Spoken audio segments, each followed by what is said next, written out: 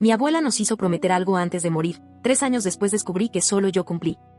Mi abuela Carmen nos hizo prometer algo en su lecho de muerte. Éramos 8 nietos alrededor de su cama, adultos ya, pero llorando como si volviéramos a ser niños. Yo era la más joven de todos y, en ese momento, también la que menos entendía el peso real de lo que estaba pasando. Carmen nos había criado prácticamente sola. Nuestros padres se habían ido dispersando por el país con los años, persiguiendo trabajos, parejas nuevas, vidas que no incluían volver al pueblo. Ella se quedó en su casita de la Andalucía rural, con los pisos de madera que crujían al caminar y un jardín que siempre parecía dar más tomates de los que cualquiera podía comer. No tenía lujos ni objetos valiosos. Solo llevaba siempre un medallón dorado al cuello y una terquedad que la sostuvo viva hasta los 94 años. Cuando la enfermera del hospicio nos dijo que el final estaba cerca, todos llegamos en menos de 2 días. Nos reunimos en esa habitación pequeña, con olor a medicamentos y flores marchitas, mientras Carmen nos miraba uno por uno con esos ojos marrones que todavía parecían ver más de lo que decían. Empezó a hablarnos de manera directa, sin rodeos, como había hecho toda su vida. A Patricia le dijo que visitara más a su madre. A Diego le pidió que dejara de beber antes de que terminara matándose.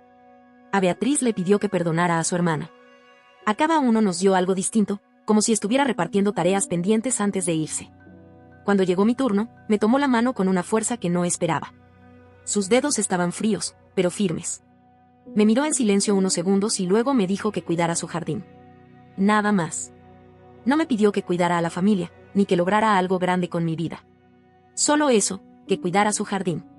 Le prometí que lo haría, sin pensarlo demasiado. 3 horas después, murió, mientras todos sosteníamos alguna parte de ella. Después del funeral, todo volvió a romperse en pedazos, como siempre pasa. Patricia regresó a Madrid y no visitó a su madre ni una sola vez. Diego siguió bebiendo. Beatriz y su hermana continuaron sin hablarse. Ninguno cumplió lo que había prometido. Y, con el tiempo, entendí por qué.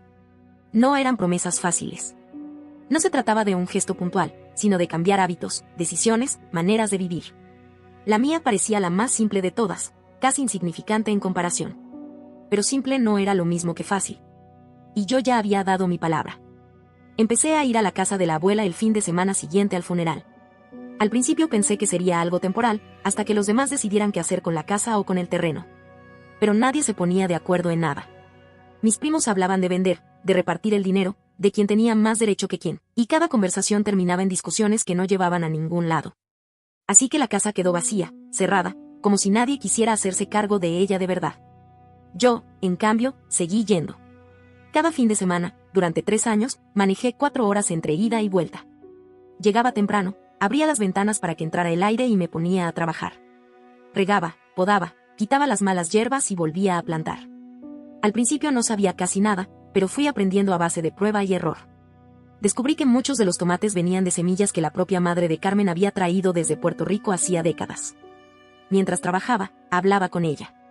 Le contaba cómo había sido mi semana, las cosas buenas y las que me pesaban más de la cuenta. A veces le pedía consejos, aún sabiendo que no podía responderme.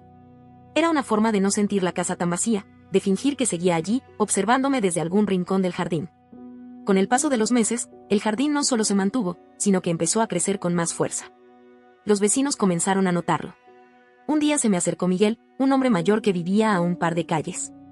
Me dijo que Carmen solía llevarle verduras cada verano y que, gracias a eso, podía comer algo fresco sin preocuparse por el dinero. Sus palabras me dejaron pensando más de lo que esperaba.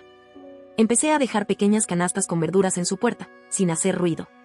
Después apareció Laura, una madre joven, que me comentó que sus hijos nunca habían visto un jardín de verdad.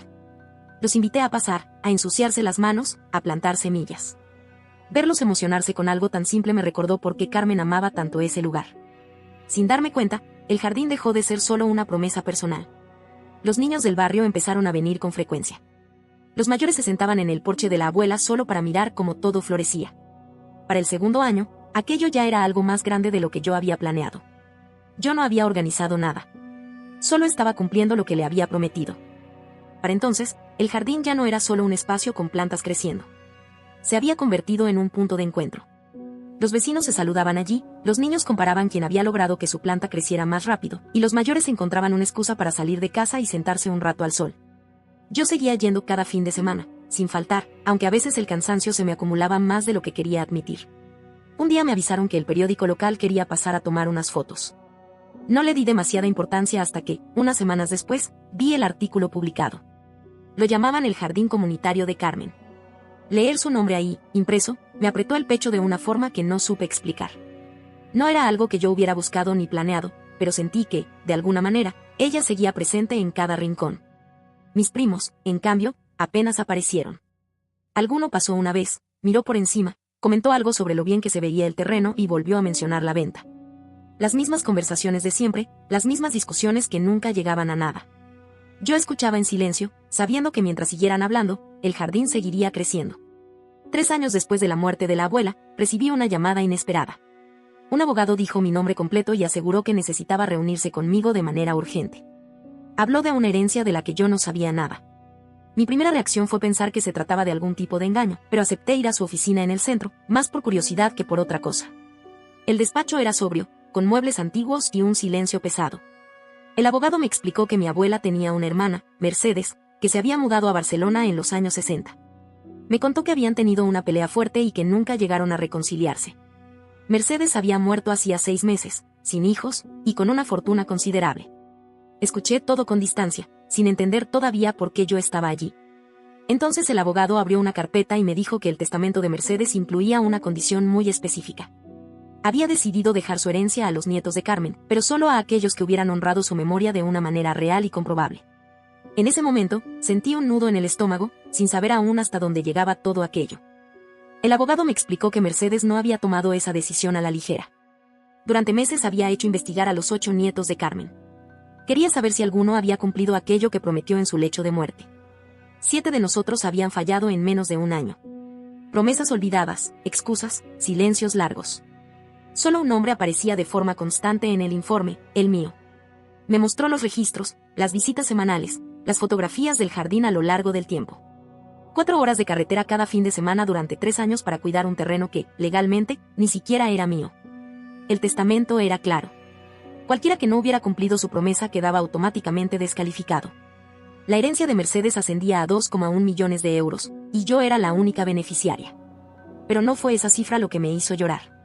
El abogado sacó una carta doblada con cuidado y me dijo que Mercedes la había escrito poco antes de morir. En ella contaba que llevaba 50 años arrepintiéndose de la pelea que la separó de su hermana. Decía que nunca tuvo el valor de volver, ni de pedir perdón, y que esa culpa la había acompañado toda su vida. Confesaba también que, después del funeral, había contratado a alguien para vigilar la casa de Carmen. Esperaba, casi como una forma de castigo personal, que todos los nietos se olvidaran rápido de ella.